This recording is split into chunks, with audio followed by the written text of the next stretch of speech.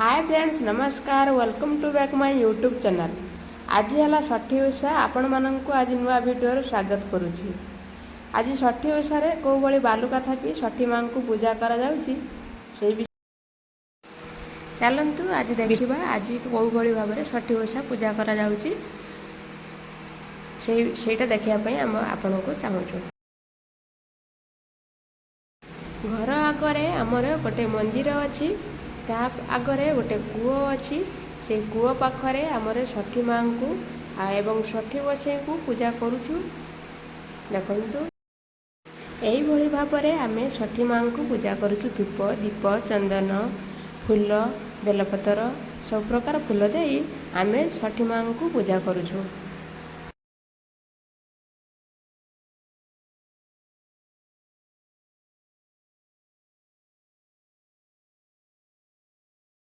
षठी माँ पाखरे नड़िया कदली धूप दीप कला चंदन आ गंध पुष्प सब प्रकार दे पूजा आराधना करा जाउछि।